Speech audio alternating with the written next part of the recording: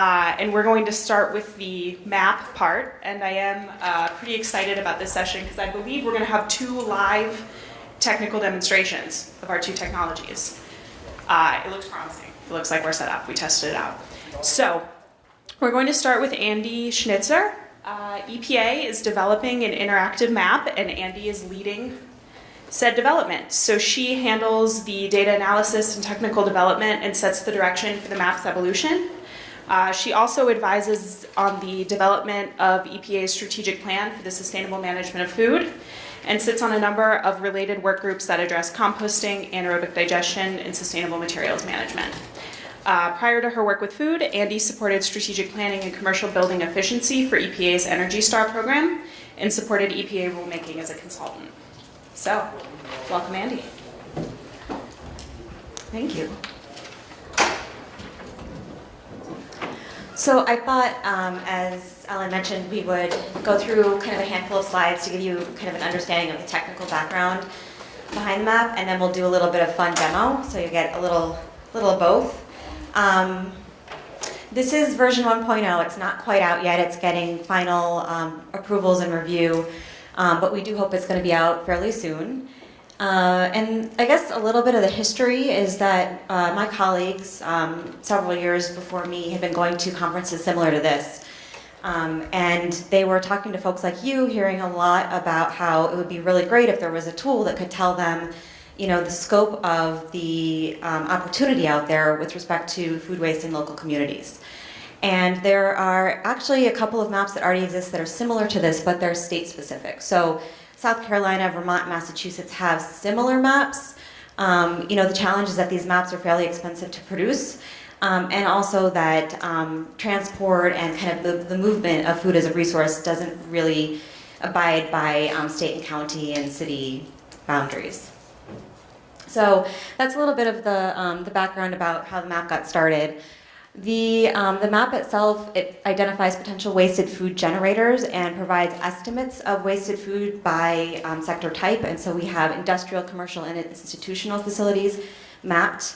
We also provide identification of recipients. So those we've identified as food banks, animal farms, composters, and AD facilities. So the use of the map really is intended to be in combination with other local tools. Tools that are free or publicly available, or even specific to the organization that you may work with. So this isn't sort of, it's not exactly a panacea, it's really a tool that provides estimates that we really hope that you'll use with any other local resources that you have. And then the potential users, you know, we can really see that cities, states, and counties that are looking for a better way to manage wasted food will use this. We can see private sector and nonprofits also using this. And also prospective developers. So if you work in composting or AD, you want to know the magnitude of this resource that's in your area or in an area that you might want to develop in, you can use this resource to look at that.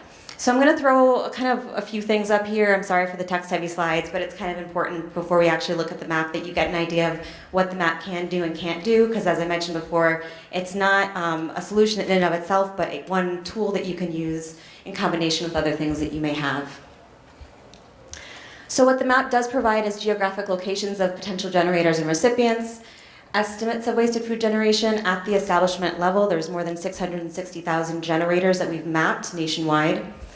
For certain establishment types, like grocery stores, we have an estimate of edible wasted food, and at the university level, we have estimates of plate wasted food. We have that information because there were methodologies that were published that allow us to provide that estimate. We wish we had more, and that's something I think as the map evolves that we'd like to look into identifying. We also map areas with organics collection programs, and we also do have select contact information primarily for food banks to help make it easier for people once they identify a recipient to get in contact with them. So what the map does not provide is any exact measurements of wasted food. I'm going to probably keep saying that a couple more times, but I just want to make sure everyone's aware these are rough estimates. We don't have indications of generator diversion activity, so your Whole Foods or your Stop and Shop, you know, down the street, it may be doing really great things, but we don't have the data to input here to showcase that diversion rate. Again, this is all estimates based on methodology that I'll talk about in a minute. We don't provide any capacity of the potential recipients to accept wasted food, so no capacities of composting facilities, and nothing with respect to on-farm wasted food at this point. And the last thing I'll mention is that this version does not include the food services sector, and we're well aware that this is a very large hole, and we do have resources now to pursue acquisition of that particular data. But for now, we have published 660,000 establishments across 89 industries. Once we get that food services data, we're going to have 1.3 million generators nationwide on the map. So the industries that we're mapping in these 89 industries, we've grouped into 8 categories. So we've got correctional facilities, and these are publicly and privately run facilities.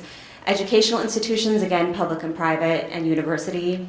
Food banks, food manufacturers and processors, food wholesalers and distributors, those include grocery stores and supermarkets, healthcare facilities, and the hospitality industry. And for some of these sectors, we're able to provide kind of a high and a low estimate because we had methodologies, more than one methodology to look at. We were able to provide more of a range, which hopefully provides, kind of more granularity and more information for the user. So this is an example of the types of generators. I know I mentioned the groupings that we've developed, those 7 groupings. But this, we're doing everything from casinos to turkey manufacturing, turkey production. So we've really, the information is wide-ranging. And what I wanted to do was just give you a little bit of a sense of how we've developed these waste estimates. Let me go back. We have methodologies for each of these 7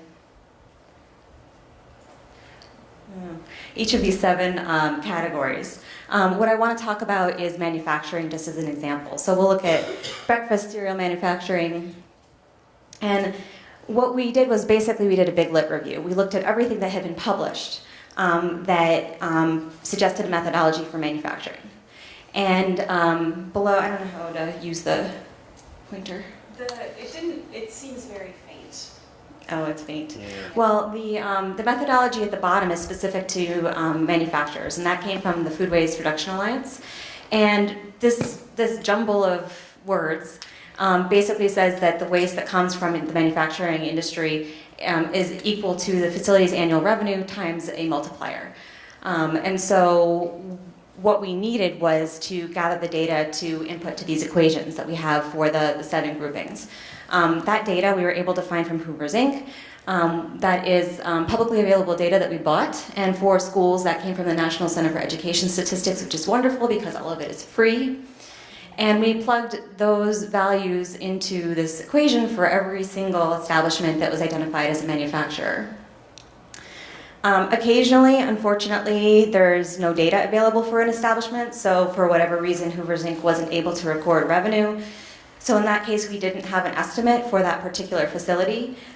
We do have waste estimates for 87% of the establishments that are mapped online. And for those that don't have a waste estimate, we map them anyway, because we want to make sure that you have access to just a general understanding of the facilities that are out there, and it's your choice to figure out how you want to deal with that.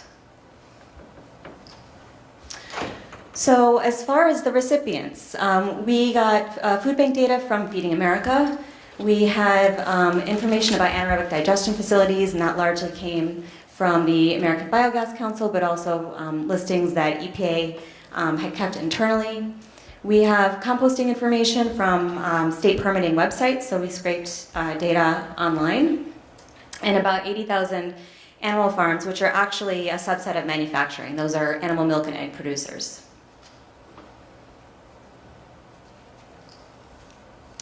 So again, how can you leverage the map?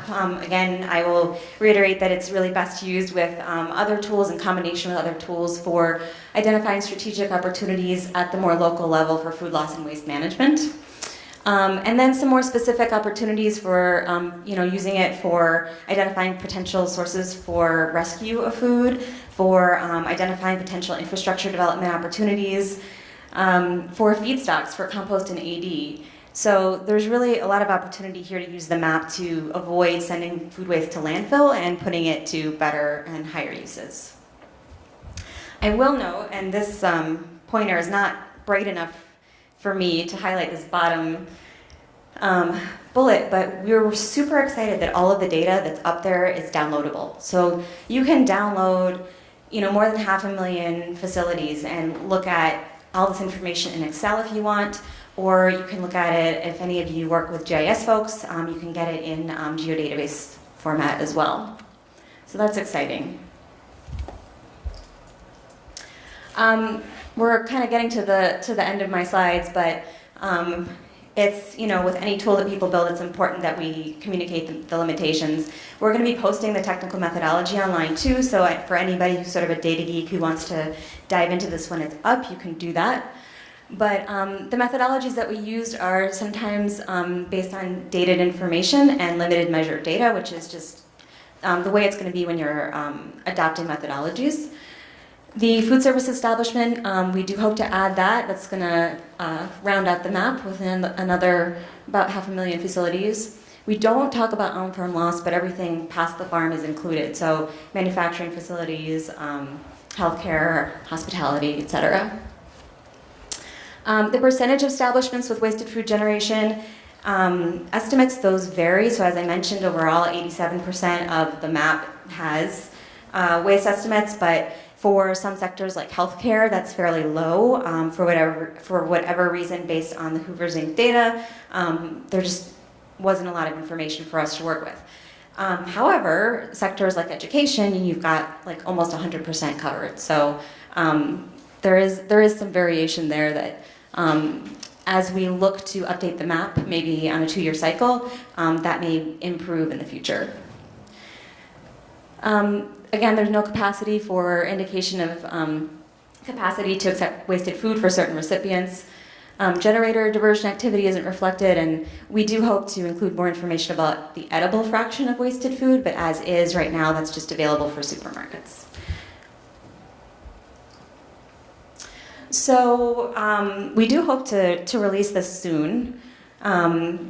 But in the meantime, if any of you at some point, maybe after the presentations are over, want to speak to kind of how you could see using the map, that would be really helpful for us to know. We have spoken to and worked with a number of stakeholders in the past, but it's helpful for us as we continue to meet people, especially in different regions of the nation, to hear kind of what the concerns are, or how you see the utility of the map. We'll be adding the food service sector data shortly, and then, as I mentioned, the intent here is to update the map every 2 years, so that as businesses open and close, the map is kept fresh, and whoever uses it is able to get more real-time data. It doesn't get too stale. So, as I mentioned, we'll have FAQs when the site launches, technical methodology, user guide, and data. So you'll be able to download a whole bunch of good stuff and comb through it if that's your bag. So what I thought we could do, and let me see if I can do it without breaking the computer, is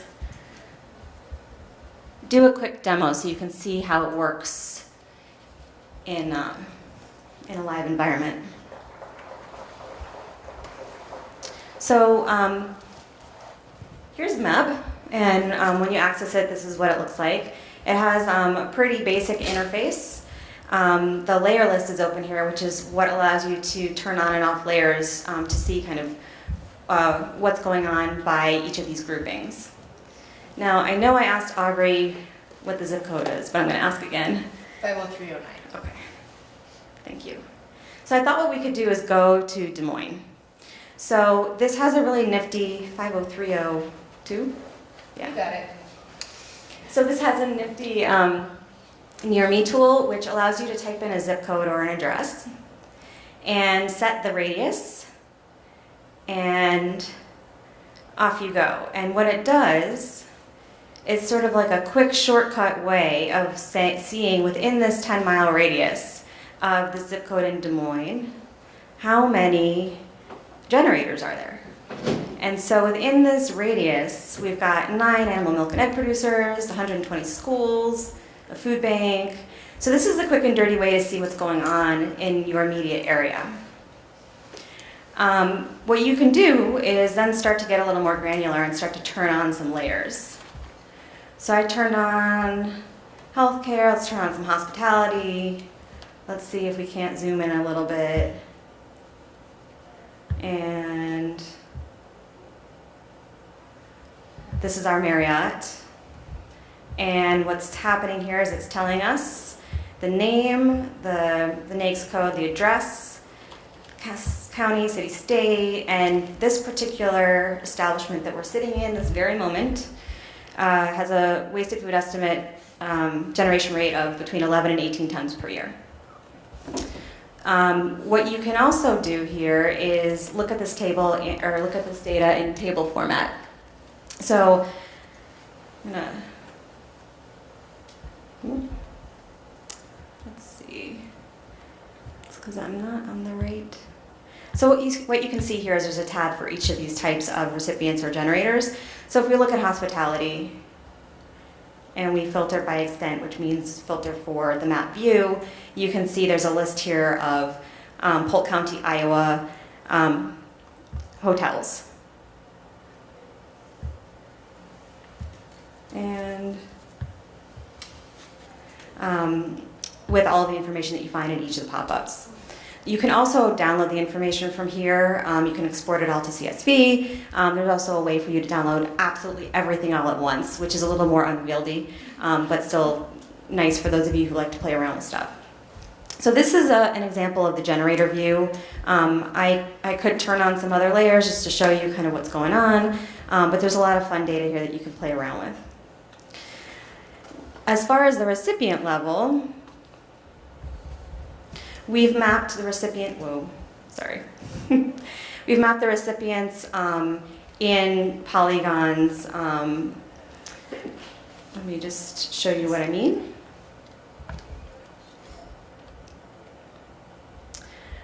We mapped them this way. We didn't point map them like we did the generators because there were some private address information that was sensitive for some of the sectors. So what we did instead was we mapped them by, you can map them by county or zip, and you can click on one of them and you can get a full count of what's going on in this particular county. In Wyoming, for example, this shows that there's 51 animal milk and egg producers, and you can drill down into this data and actually pull it up in the table.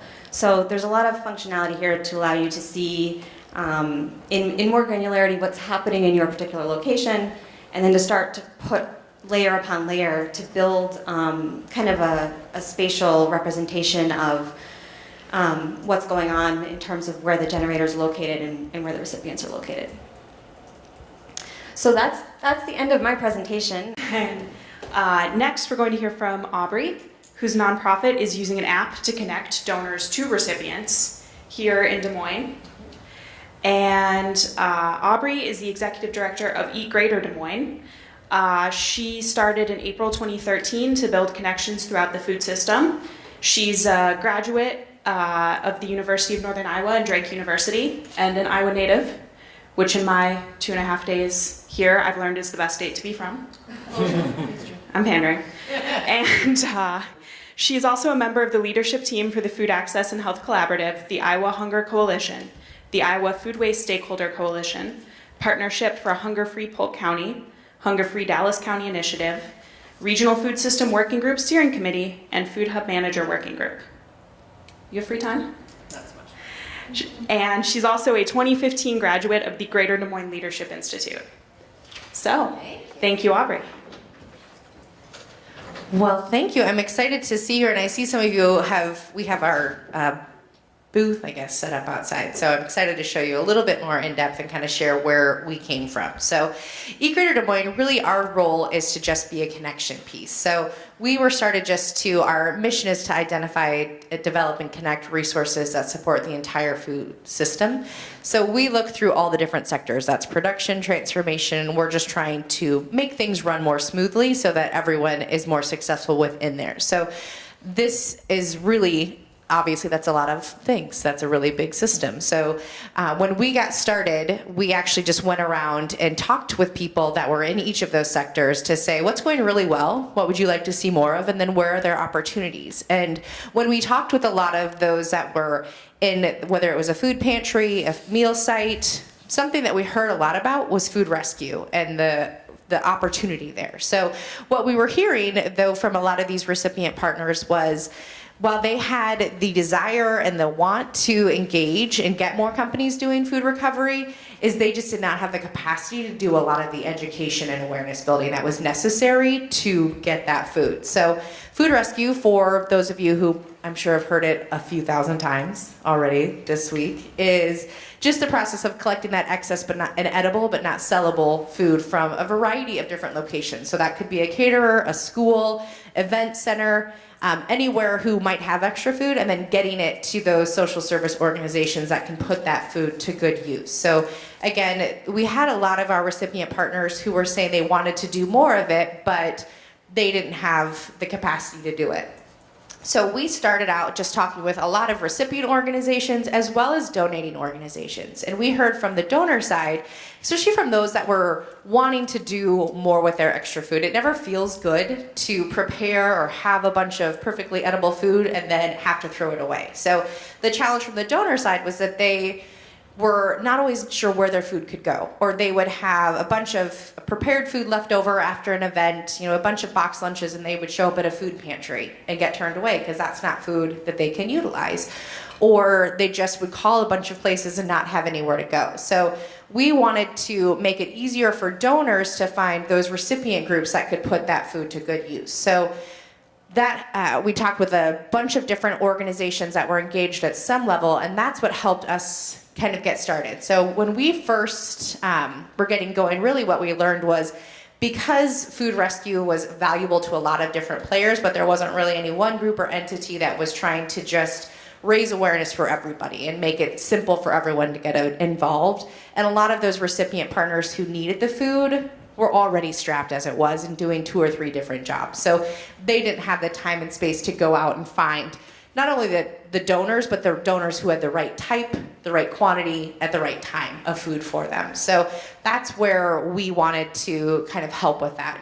This isn't to say that there weren't some challenges. Something that I was surprised about when we were first getting started in this work was the amount of competition, I guess it is competition, among food recipient organizations. I know, and that was something, when we were first getting started, one of my first thoughts was, well, let's just have a get-together. We'll just bring everyone together, one room. We'll talk about what's going well, what's not going well, who's doing a great job, what donors are out there that we want to replicate. And thankfully, a few of our recipient partners, when we were having our individual meetings, were like, you can do that, but I'm not going to say anything about where I'm getting my food from, because I don't want someone to take it. I don't want someone to swoop in and say, oh, well, you're only picking up 2 days a week. Well, we could pick up 4 days a week and make it easier. So that scrapped that plan of trying to have the group meeting, because unfortunately it just wasn't going to work. So we really just started out with trying to engage our partners and show that we aren't trying to steal anyone's food. We don't actually serve any people. We are really just that connection piece. So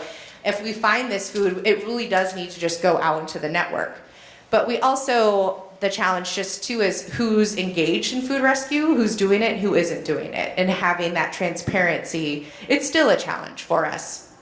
For the donating organizations, I think everyone here is familiar with, if you ask someone what's happening with their extra food and they cite this mysterious health law, health law, oh, okay.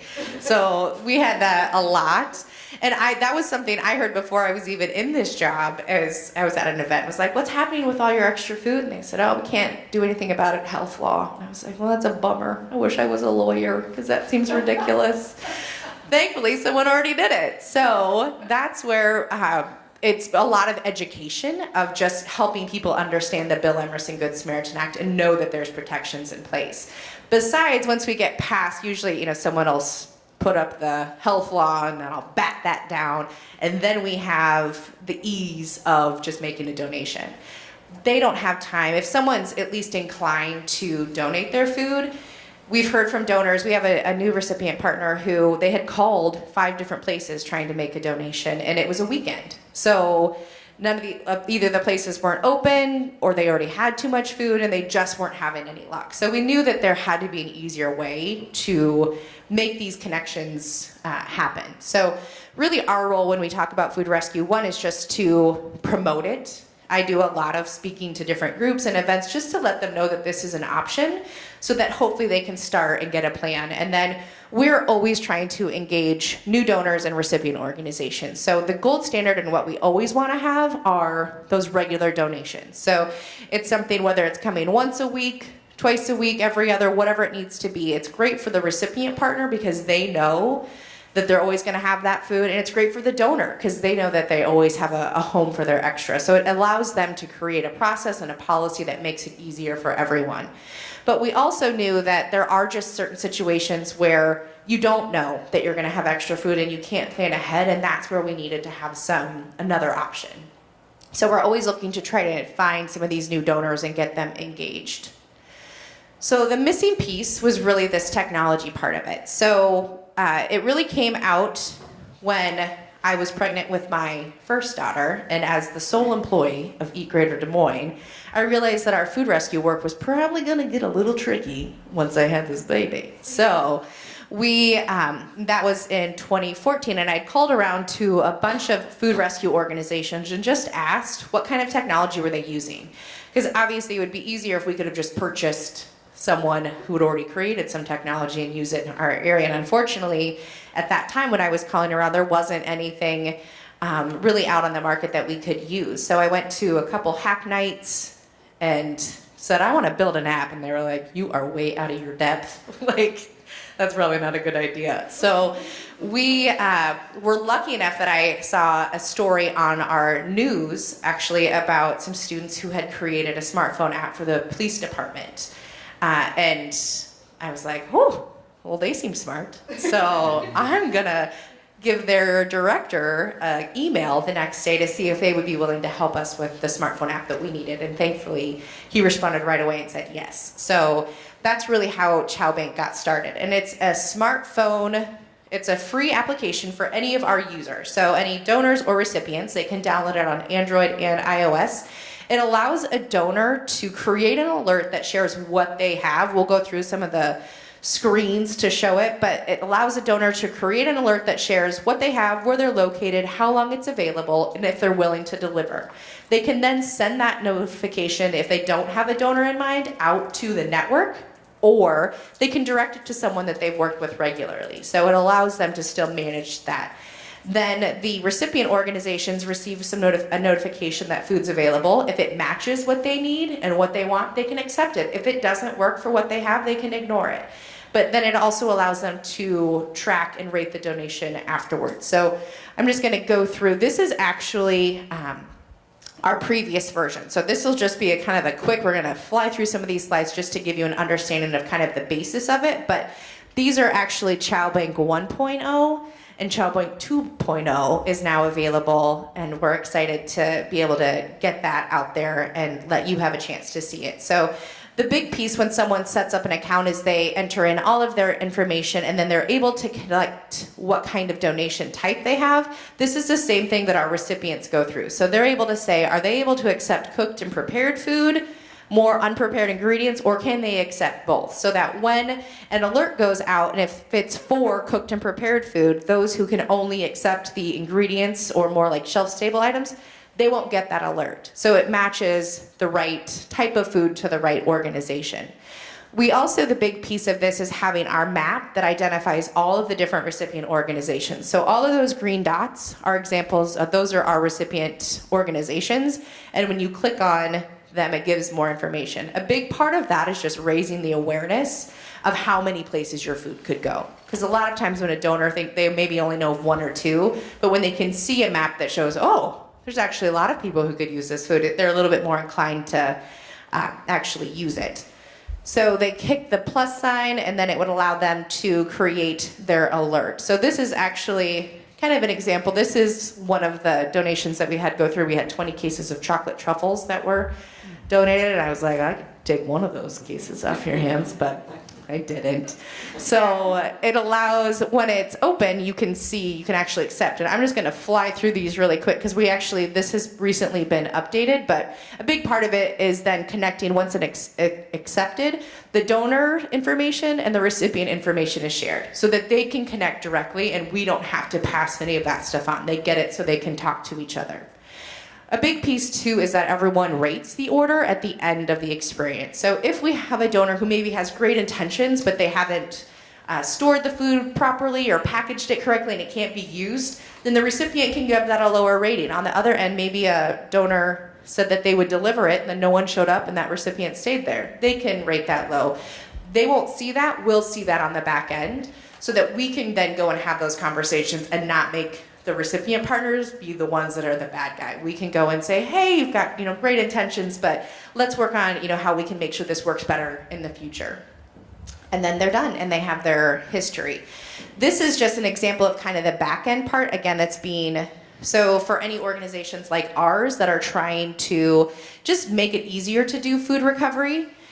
So these are just examples actually from our back end. You can see, we can look at this 100 Graziano sausage stuffed breaded chicken breast. So they were able to put in their description of what they had available, the date it's available, when it needs to be gone by, and then where they're located.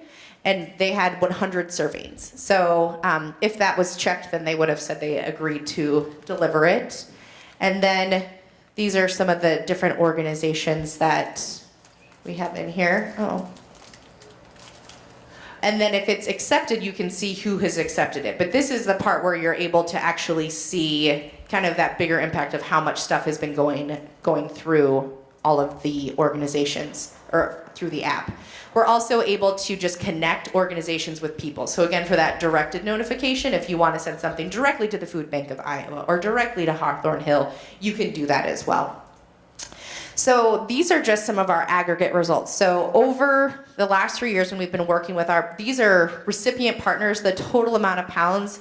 In fiscal year 2016, our recipient partners rescued 2 million pounds of food. And then in the last fiscal year, they've actually increased that to 3.5 million pounds of food. And we're really excited about that because that's actually $4 million going back into the pockets of these recipient organizations that they didn't have to use to purchase food. So we know that there's value in the work that we're doing. This is our Chow Bank stuff. So again, remind that it rolled out about a little bit in. We were doing some pilot testing in fiscal year 16. We've done 1 year of work where, again, we rolled it out to just some of our recipient partners, and we hadn't done a really big push yet just to try to, it was being a beta version, you're always just wanting to get people kind of up and running. But we have seen more food go through in the last 2 months than we'd had go through in just the last year. So again, it's getting more people on board with it, understanding it, and getting excited about it, that it's made, we've really been able to hit almost 8,000 pounds in just 2 months of this year. So I think when we look at where it can go and how, as we engage more donors, it's really exciting. This has changed. We actually have 275 users. The nice thing is that it's a little bit can be a little confusing because people can register as both. So we do have some of our recipient partners who are also signed up as a donor, because there's times that they might have more of something that they need that they don't want to turn away. The app allows them to say, hey, we've got 3 cases of cream of mushroom soup that are just not going anywhere.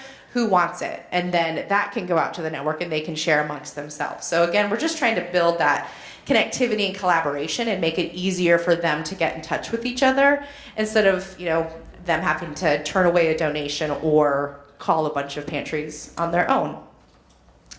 So this technology, we cover Polk, the central Iowa area, Polk, Dallas, Marion, and Warren. But the goal of it was to also allow other groups and communities, whether that was another region, just another city, whatever, to use this technology as well. So that's why we are excited about the upgrade. The main need for it is just having someone that can be on the back end, that can play the role that Greater Des Moines plays here, that can engage new donors, engage new recipients. If there are issues, go through and talk to the different people who might need to just get some help. I will say one benefit we have found with being not a recipient ourselves is that helps with that lack of competition. So people know that we aren't trying to take the food or use any of that food. So that has helped with engaging new partners, because that is something that, I think I didn't know about coming into it, but it really does hamper kind of how willing people will be to work with you if they think you're gonna just take all the food. So this is my contact information, but Chris is gonna actually come up. Chris is Director of Development, is that your title? Standard product. Chris, yes. So he is the one who we have been working with to get Chow Bank up and running. So he is who, if anyone wanted to use this app in another community, you would get to work with Chris as well. So we are very excited to announce, and that's why this is so new that my PowerPoint slides have screenshots from our old app, because 2.0 just released this week. So you are on the ground floor getting to see the next version, and we are very excited about it. So you can see it's got an updated look and feel to it. Some of the new features that we are excited about Chow Bank 2.0 is that, one, there's a web version available. So before, it was just an app, so you had to have a smartphone or a tablet, which was a barrier for some of our recipient partners, whether they had a smartphone or if they just weren't comfortable using apps. So now we have this web version available as well. So when you go through, we can just kind of see there's some of the different, still the same features where you can click and see the different recipients, and it allows you to connect with them directly and just kind of get some of their information. But we also have out here just some sample test donations. So anytime you open up the app, when there's the red cup and spoon out there, this is a sample donation that you can get. You can see it has the description, how much it is, how much there is, their address, when it started, when they need it gone by, and then if they're willing to deliver. So this is actually from the donor side, what it kind of looks like. As a recipient, this is what they would see. So again, it gives all those details, and if that's something that they want, then they're able to accept the donation. And we got to make sure, because if they accept it and they didn't really want it, then the donor has to resubmit it. So that's usually the warning label I give to the recipient partners, is don't be jacking around accepting things that you don't really want. So then once you've accepted it, it goes into your activities. So you can see our different, this is a test account, so it's got some of our test things out here, but it'll give you the details for it. So you can go in and select whether you're the donor or recipient, get their contact information, because this is the point where if they said they'll deliver, then you can call them up and say, great, thank you very much, we accepted your order for green beans. You could find us, pull into the portico, we'll meet you at the back door, then what time it'll happen. Same thing for if a donor needed to do that for the recipient. So once they get done, they will then complete the donation, and this is where you're able to rate your experience. So you can type in, thanks for the green beans, it was delicious, whatever you need. And then, oh yes. I was like, are you gonna write thanks for the, what we got? Oh, delicious, thank you. I'm an engineer, not a typer. It's always harder when people are staring at you too. So once you have completed the donation, another upgraded feature with this version is then an automatic receipt gets emailed to the donor that includes all of those donation details. The nice piece is, and if we go back to the profile, is this allows a donor or a recipient organization, they can, so you can see up there, I would like to donate, I would like to receive donations. You can be one, both, whichever one you want.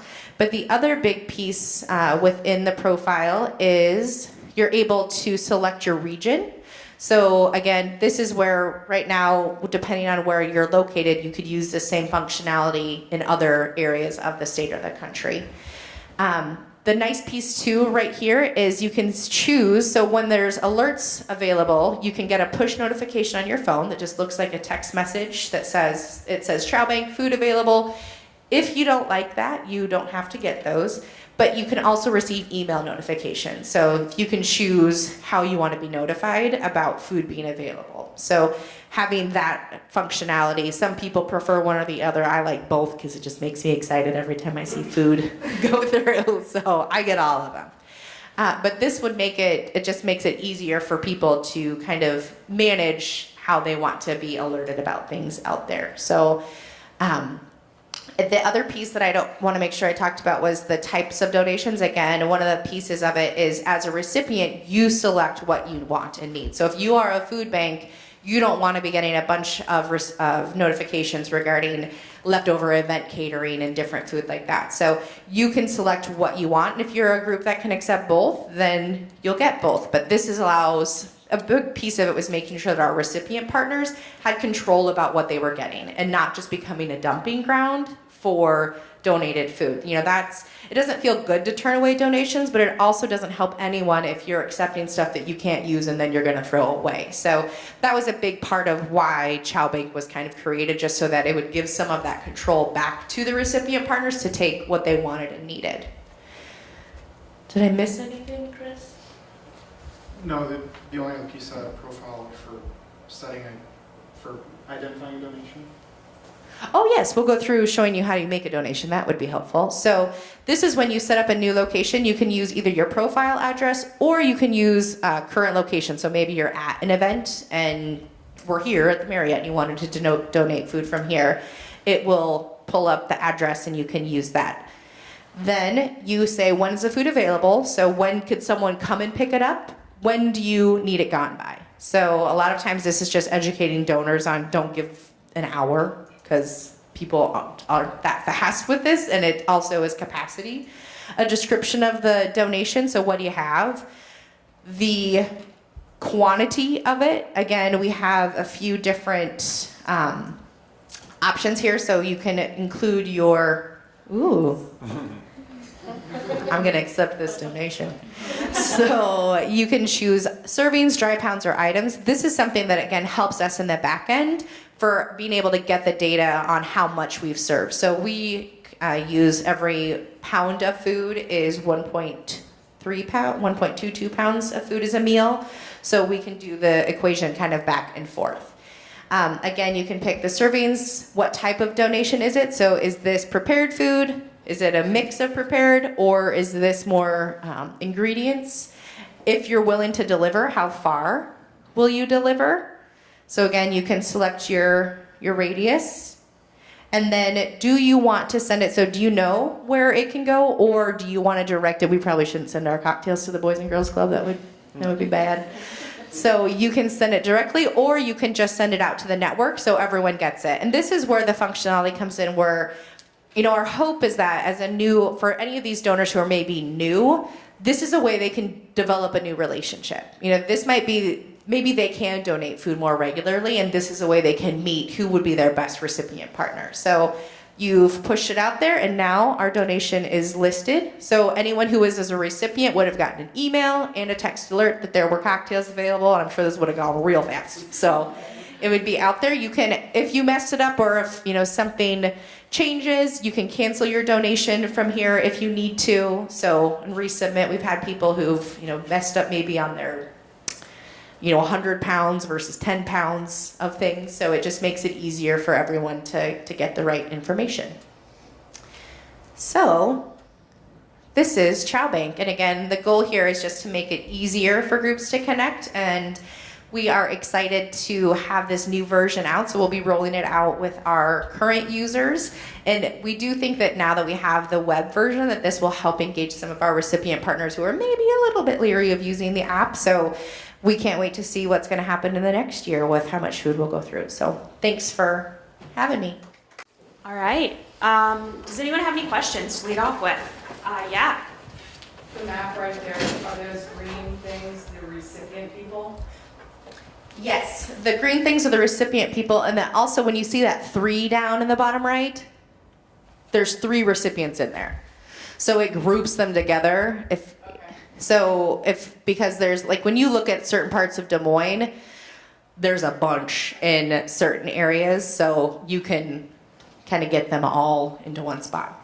And then the other question I have for you is, if you have a donor who is not willing to transport and you have a recipient that can't pick up, what do we do then? So that's most of the time what happens with ours.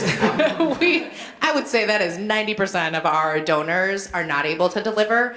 And unfortunately, that's a challenge we run into with a lot of our recipient partners, is that there's only a few that do have the capacity to go and pick up. So we get the question a lot about what's the right amount to donate, or what's the good mix to make it a donation. And that's where we always tell the donor that if you're not willing to deliver it, there's a good chance that someone might not accept it just because they don't have the capacity to go and pick it up. So that's been a big part. It's always on. That's why it's up there up front. If a recipient partner knows that they're going to have to pick it up, then they can make the decision. So certain times, if it's 2 pans of leftover beans and rice, they might not go and get that. But if it's 10 box lunches, we might figure out how we can go get those and pick them up. So it's really just giving the recipient partners the opportunity to make that decision on their own to see it. Because unfortunately, that's still a barrier that we have. We're working on trying to get more volunteers and more drivers, but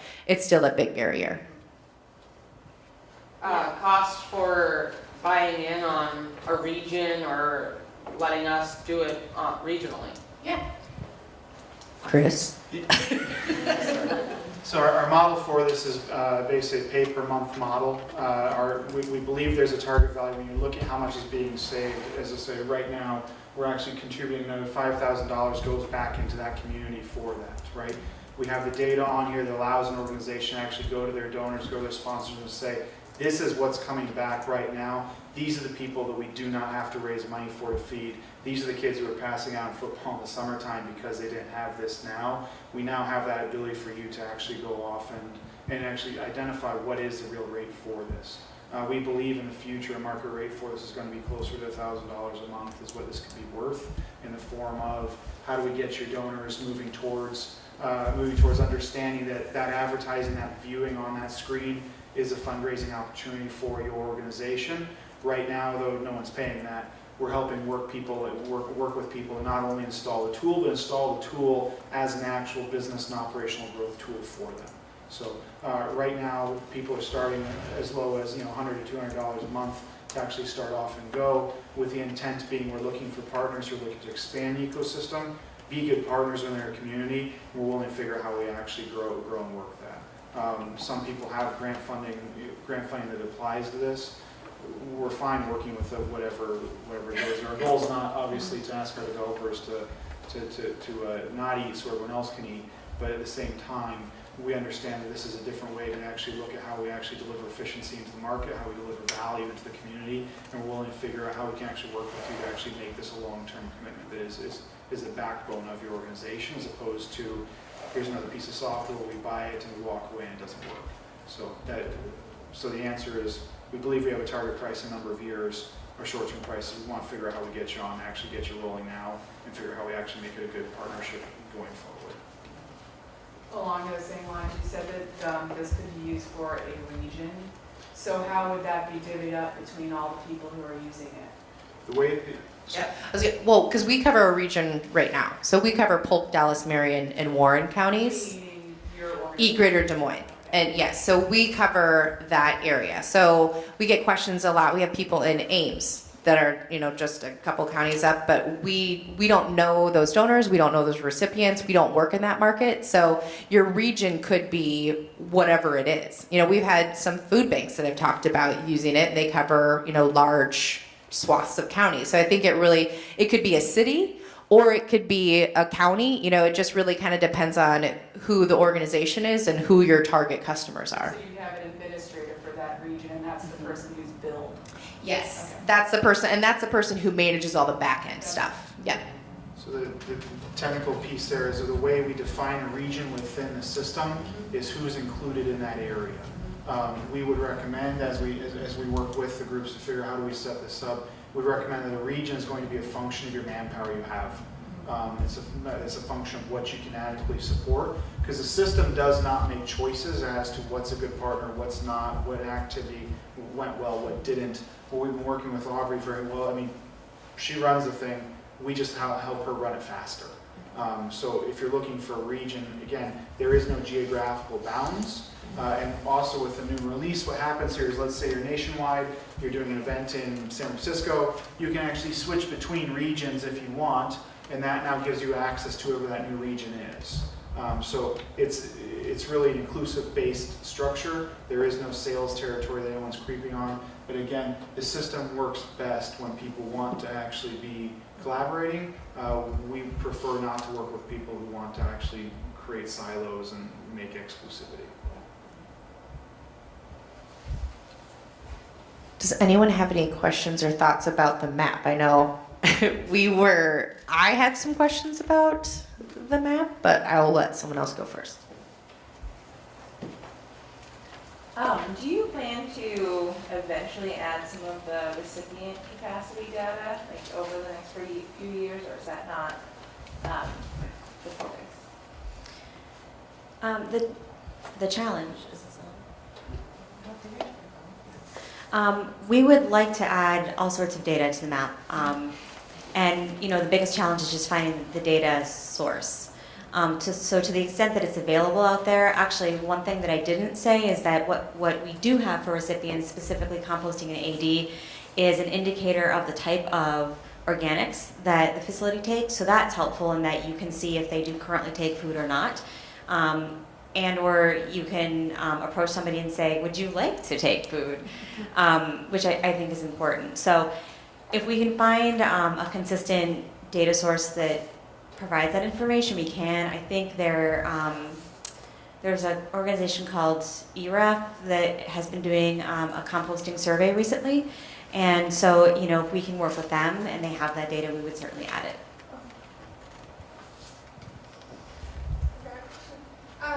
You said that you could download the geodatabase eventually.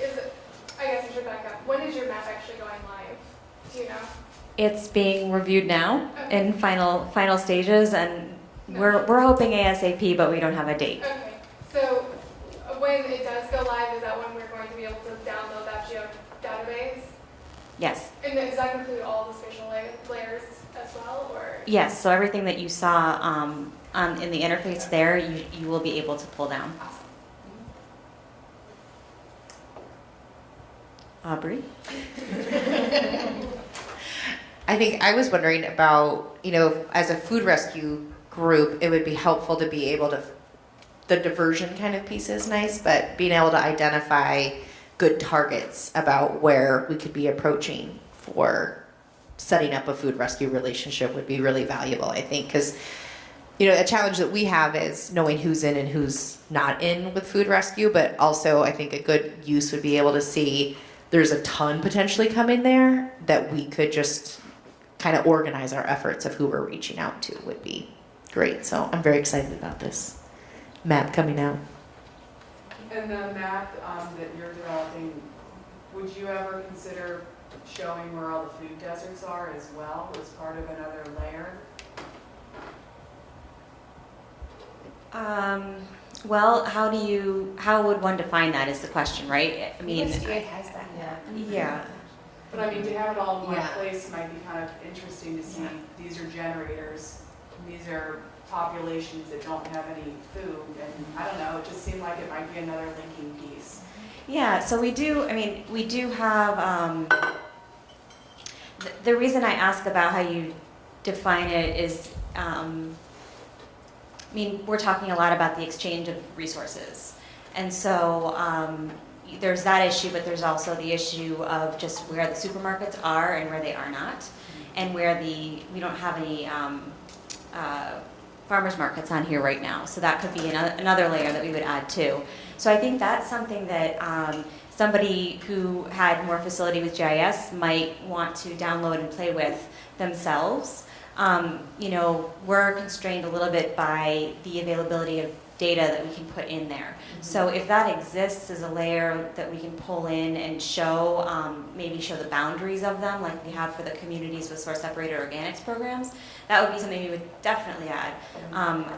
If it does exist, I would love to know. Well, I don't know if anyone else uses the Healthy Food Access portal, but that's what we use a lot for just identifying food deserts, and it has different resources. It shows whether it's urban or rural settings. You can do the under 10 miles or under a mile for urban versus rural food desert, and also has convenience stores, supermarkets, farmers markets. It's got a ton of great data and information on it because it also includes like SNAP utilization and all of that. That's called Healthy Food. It's the Healthy Food Access portal. If you Google that, yes, it's a huge, it looks very similar, and then you drill down and you can add the layers that you want. I don't know I feel like you can download the data, so Okay, I'll look at that, thank you. it's great for grant writing if you're into that sort of thing.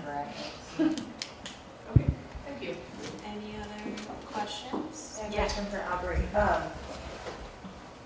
So I assume that you track what amount of the donations expire, that nobody is able to pick up, and what percentage is that right now for the chow bank part? We can track it. I haven't looked at it. Oh. I will say, recently when I was just looking at the data, there were, for the pulling this kind of stuff, there have been a few of the, like the rice and beans ones comes up because I saw that one that got expired. But the challenge too with some of those expires is we don't know if it's because, why it was expiring. So I think that will be something we'll be kind of interested in looking at as we go further. Was it because they couldn't deliver? Was it because they only gave 20 minutes? That's another reason why some of them expire or fail, is that the donor was like, you got to get here in 30 minutes or it's gone, and no one's going to make that timeline. So that is a kind of that next phase of being able, we could look at it and we could find out, we can export all of the information and then see how many were accepted, how many were expired, and kind of do that breakdown as well. That would be really interesting to see. And then, so that's kind of a separate effort than the other food rescue that you're doing in the area, right? Yes. And so it's a whole new, different model of making that happen. Yep. Like in a nutshell, what's your model for the other food, the bigger food rescue effort? We really are, our biggest food rescue effort is just trying to get out there and tell people about it and get in front of people and make sure. So we can make that connection. So I do a ton of presentations at different groups and just talk about it, so that usually, like, it's United Way campaign season right now, so I'm doing a bunch of those campaigns. So I love going to places like large corporations and being like, hey, let's talk about food rescue. And then there's always 4 people who are like, are we doing anything? Like, you're not. So let's talk about it. Do you know the CEO? Let's get this going. So that's a big part of it, is just kind of raising that awareness, and then making matches. So we will go out, get all the details about it, just try to get them a program started, and then send out any of those donation details to the whole network. So we do it through email still for regular donations, and then Chow Bank is where we engage new donors. We market that more towards caterers. And someone here at the event actually had a great idea about going to bridal shows. And I was like, that's brilliant. So I did a little Google, and there's one on Sunday. I'm not going to go because I'm a little tired, but I will go to the next one. So looking for opportunities where we can do that, and it's really just trying to get in front of people who have extra food, and so we can help them figure out what's the best way for you to find a home for it.